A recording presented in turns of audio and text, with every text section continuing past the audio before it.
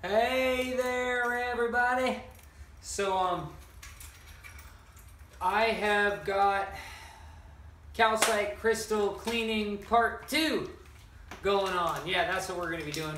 We're going to be working with the fossilized Calcite Crystal Seashells today and some hydrochloric acid. Yes, muriatic acid, the nasty stuff.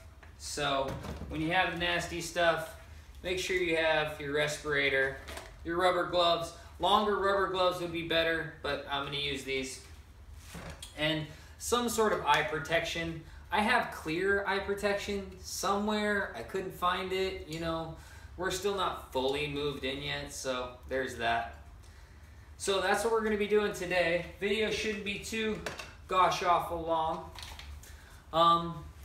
On that note, I got a couple of messages from people asking me when I'm going to be back mining. I am going to be back mining as soon as I can get some more of my products sold, get some more of the minerals that I have right now sold, and at least get my car repaired and hopefully lifted a little bit and the suspension fixed. I have a lot going on with the car. The brakes, the shocks, the muffler, yeah, all that. It's a fair little bit of money, even if I do the work. So there's that. I either need another vehicle or that vehicle needs a lot of repair before I can take it off into the wild again, you know, looking like psycho. Which I don't mind, because it gets me attention. We know I like attention, right? Well, you know, I guess that sort of depends. Anyways, back to the matter at hand. I am going to start off with the Calcite Crystal Seashells that got left in the gauche citric acid. I'm going to start off with those that got left inside the citric acid overnight that have all that white film all over them. Those are what I'm going to start with. I'm going to show you one of them that I just broke out of the matrix right now. So right down on the ground in front of me, I have the largest piece of concretion that we had left in, that I had left in the water overnight. And this was the shell that I could see underneath in it. And it definitely has a nice area of flat window calcite crystal on it right there. It's so thick you can see the calcite backing right there underneath some of the concrete. So it's got a good thick layer of calcite crystal in it.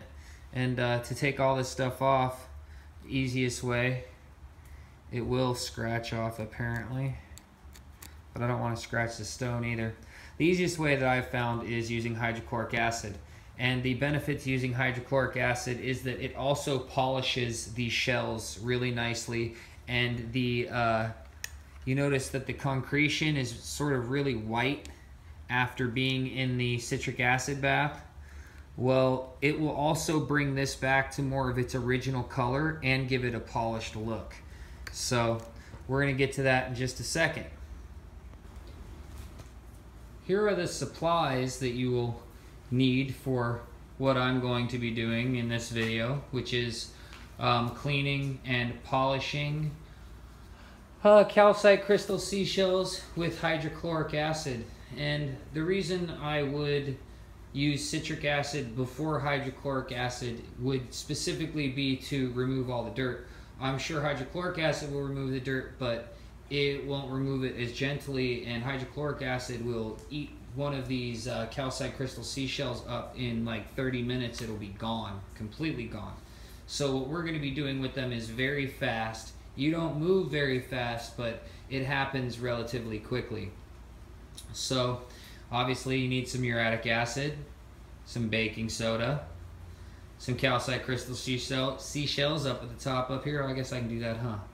Baking soda, acid, calcite crystal seashells, buckets, one to have muriatic acid in, or one to have muriatic acid in, and one to have your neutralization solution in, which is the baking soda. You need some eye protection. I couldn't find my clear ones, leave me alone. A respirator is most definitely warranted and some truly rubber gloves that don't have cracks in them or breaks in them, because if you dip your hands in muriatic acid, you will be scarred for life. Yes, it is that dangerous, or I wouldn't need that mask, because the gas is that dangerous. Okay, now, I think I'm done talking with my hands. I think. How do you do that? Oh yeah, bird, right? That's easy though, isn't it? And here I'm going to be mixing some baking soda with about 2 gallons of water. I use about 20% of a box of a large box of baking soda to about 2 gallons of water. And then I use about a half a gallon of water in my small bucket with around probably a third of a gallon of hydrochloric acid mixed in the water.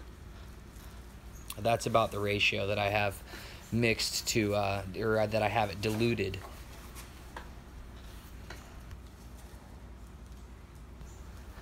And since I haven't used the gloves in the last couple of days, I'm going to inspect them when I'm putting them on. It would really suck to have a hole in one of these gloves and not notice it and go and dip my hand in hydrochloric acid and have it fill the glove up immediately. So every time I put my gloves on before I'm going to be using them with hydrochloric acid, I go ahead and dip them in a bucket of water and make sure that my hands don't get wet inside the glove. I would hate to be scarred for life for not testing my equipment and making sure that it works properly first. And everything's working fine. So, like I said, I have about a half a gallon of water in the bucket, and I am going to dilute the muriatic acid, put about 1/3 of a gallon of muriatic acid inside the bucket.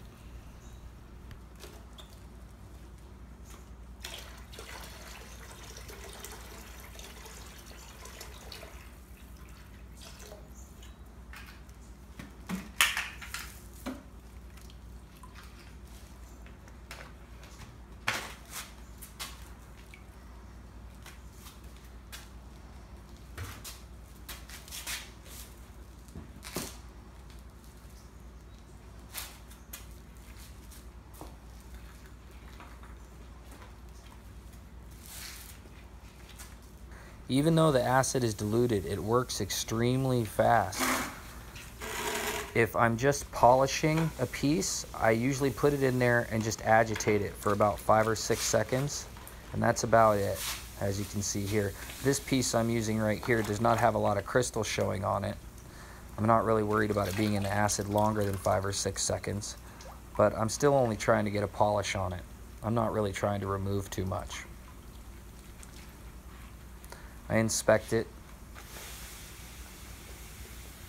Wanted to get the concrete a little bit better polished. And then I leave it in the neutralization solution. Remember, anytime you're using hydrochloric acid, especially with a porous material like this concretion, you want to leave it inside of the neutralization solution for at least twice the amount of time that it was in the acid. Now, that's not a long period of time for me because it's not in the acid for very long, but I still tend to leave it in there for a much longer period. And this one comes out of the acid beautiful. This is the one that was inside of the matrix earlier that had the sort of gypsum, I think, crystals growing all over it from the citric acid and the other minerals. You'll notice every time I dip my hands inside the hydrochloric acid, I make sure that both of my gloves go inside the neutralization solution too. Got to be very careful with that.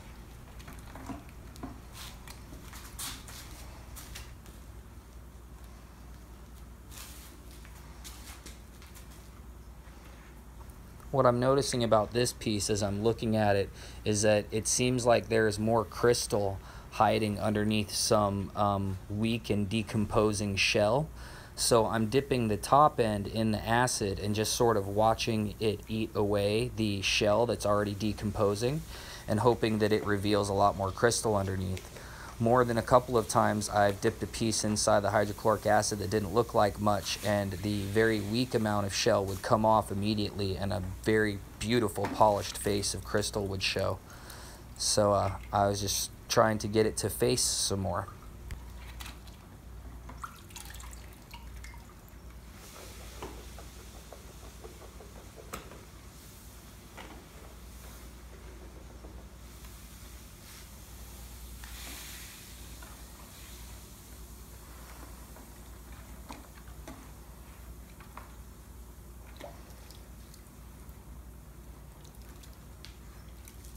It's not raining quite as much out here, but as you can see in the bucket, whoops, let me move you.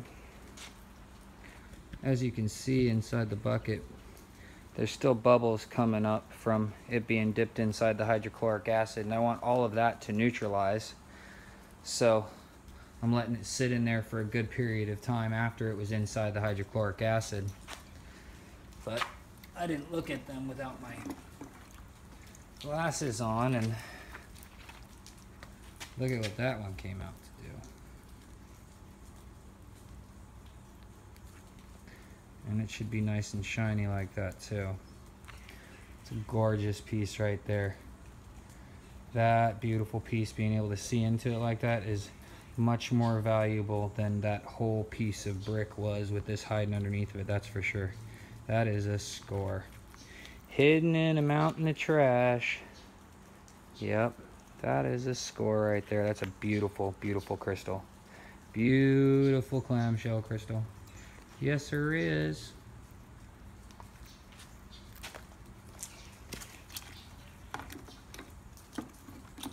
I have a bunch of stuff in the water now, though.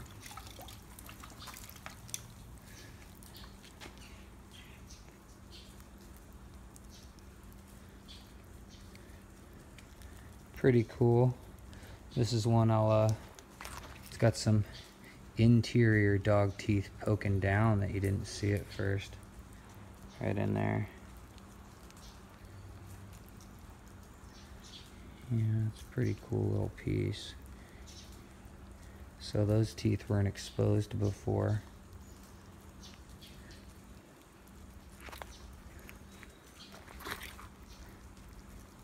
Yeah, I think that one was worth it. Yep. So I'll show you all of them here outside of the rain in a minute. So these three have all been through the quick hydrochloric acid dip just to polish them and sort of knock off some of the loose stuff and maybe get rid of some of the small damaged crystal that you would have on stuff like this one right here. And as you can see, since I just did it for a couple of seconds, all it really did, like I said, is take off some of the loose stuff and give sort of a nice polish. It just took off a very thin layer of the surface area of the crystal and the concretion and everything, to tell you the truth. And now it just has a nice, pretty, flashy, polished look to it without having to take it to actually a polishing wheel or anything like that, or your Dremel tool. I plan on trying the vinegar that I've heard about, but I don't have that yet, so I will do that later, and I'll let you guys know how that works out. This one you saw go in, and this is the one that was in the center of the concretion that I broke out after it had been dipped in the citric acid and had grown the, I think it's gypsum all over it. And this window really opened up really good with a quick acid bath in the muriatic acid, and it gave everything a nice gloss all over. It has a really nice gloss finish, but even though it has a gloss finish, it still has, you know, the details of the original shell and the shaping of the original shell, and some of the white material that can tend to be sort of loose is still connected to the shell. And this window is just a really, really good window, because you can see sort of these calcite flowers is sort of the formation the crystals have grown in facing out. You can get sort of rainbows and greens and stuff flashing back at you. So this is a really, really cool shell on the matrix that ended up coming out of that one. But you can totally see that they it polishes them up, gives them a nice quick polish. But if you leave them in for very long at all, man, it'll eat them down to nothing, that's for sure. It will do that. Last time I did a video using hydrochloric acid, somebody asked how to dispose of it.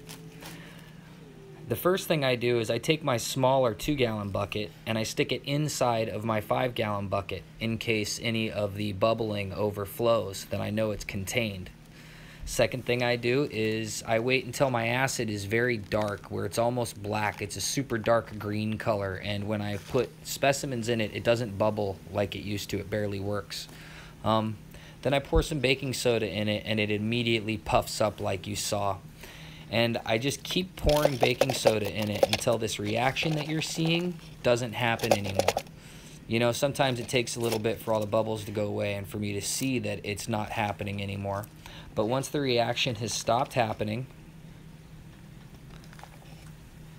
as you can see, it's really not bubbling up that much anymore. I go ahead and let it sit for a couple of hours. I come back and I dump a little bit of baking soda in it again.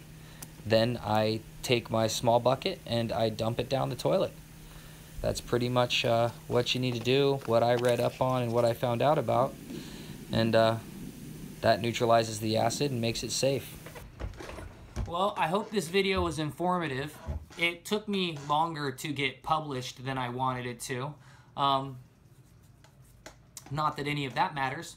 I would not use this process on every kind of shell. I would specifically use this process on shells that aren't as good looking, that need to be polished. But there are shells that you'll pull out of Ruck's pit, out of Fort Drum Crystal Mine, that are so gorgeous that if you use this process, you're going to be really you want to be really careful about where you use it. Because I would definitely not use it on like my big half shell that has the big giant dogtooth crystals coming out of it. I wouldn't use it on that. I'd be too scared it's going to damage that one. I wouldn't use it on any of the open shells where the acid can pool inside of it and ruin dogtooth crystals. I wouldn't use it on those. But on some of the flat-faced crystals and some of the stuff where you want to expose, that's definitely where you want to use this process. It works good, as you can tell. I guess that's it, man. I got some more videos I'm going to be doing. The MiningAmerica the YouTube channel, MiningAmerica store. I'm working on that this weekend. I will have links and stuff and more videos coming out. So I'm going to be working harder on this stuff and getting it out there. And I got another video that I'm working on for you guys about the next upcoming trip. So like, share, subscribe. I don't do any sort of advertising. I don't buy for clicks and none of that BS. So do me a favor and tell your friends, get them to watch. Anybody who's into rocks, man. Help me. I help, right?